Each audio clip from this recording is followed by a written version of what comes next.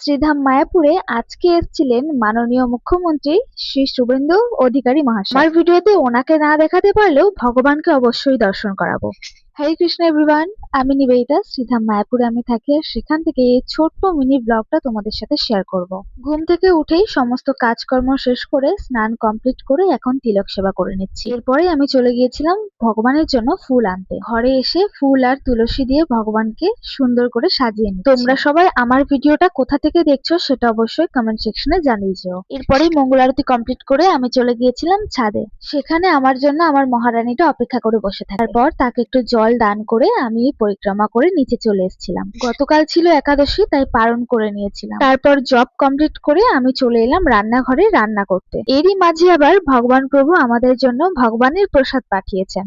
প্রসাদ পেয়ে আবারও আমি জব করতে বসে গিয়েছিলাম। তারপর রেডি হয়ে চলে এলাম মন্দিরে। আর আজকে শ্রীধাম মায়াপুরে সিএম এসেছিলেন। পুরুষোত্তম মাস যেহেতু, সেই কারণে ভগবানকে চলে এসেছি দীপদান করতে। ভগবানের দর্শন করে তোমাদের কেমন লাগলো অবশ্যই কমেন্ট সেকশনে জানিয়ে যেও। আজকের মতো ভিডিওটা এই অবধি। হরে কৃষ্ণ।